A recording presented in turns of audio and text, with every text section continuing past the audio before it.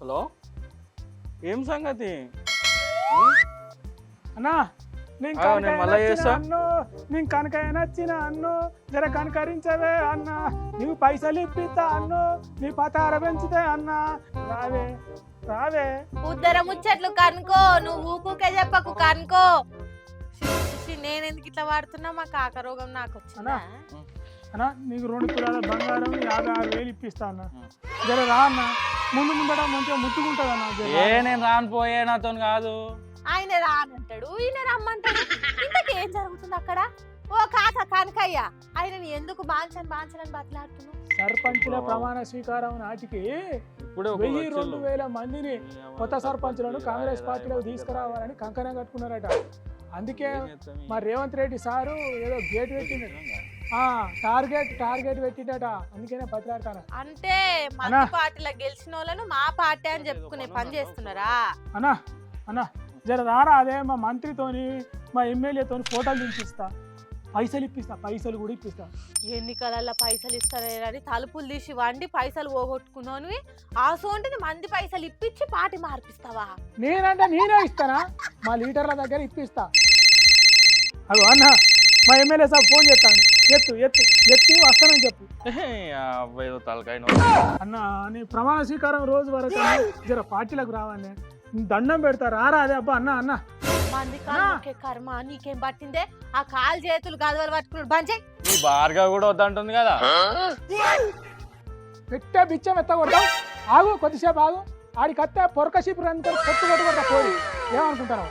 ఆగు, జర ఆగు అన్న. ఆ మాటలు ఏం పట్టించుకోకే అన్న. రావే వాళ్ళని వీళ్ళని పార్టీ మార్చేపని నీకెందుకు? ఎవరు ఏ పార్టీలు ఉంటే నీకేంటే? చెప్పినా కదా టార్గెట్ పెట్టిందని. మా పార్టీ ఏదో మేము పడతాను, తిప్పల పడతాను అన్నా.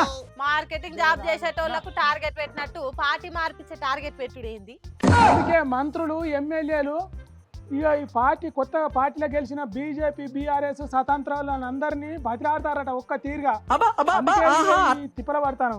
అగో వచ్చేది మా సార్ ఫోనే, మంత్రి సారే చేస్తానంటున్నది. అన్న జర మాట్లాడే వస్తానని చెప్పే. నీకు ఎన్నికల్లో ఖర్చు అయిన పైసలన్నీ ఇప్పిస్తా అన్న. నువ్వు ఓట్లలో పంచిన పైసలన్నీ ఇప్పిస్తా.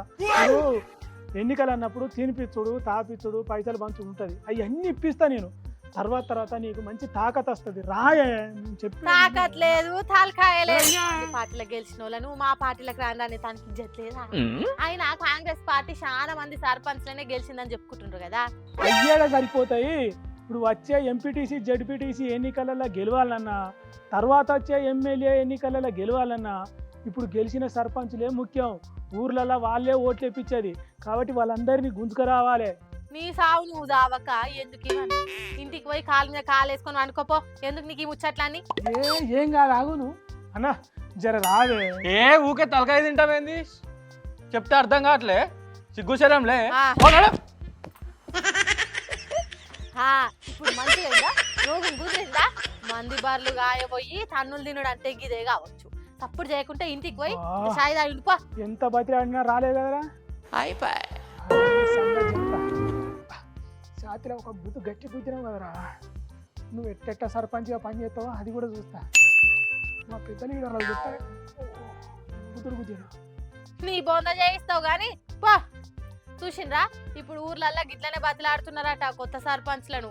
ఏం కావాలనో చెప్పు, ఎంత కావాలనో చెప్పు అని ఫోన్ల మీద ఫోన్లు చేసి సాగు కొడుతున్నారట. పార్టీలో చేరకుంటే పనులు రావు, పైసలు రావని బ్లాక్ మెయిల్ చేస్తుండట. ఇదేం రాజకీయమో ఏమో పోన్రీ.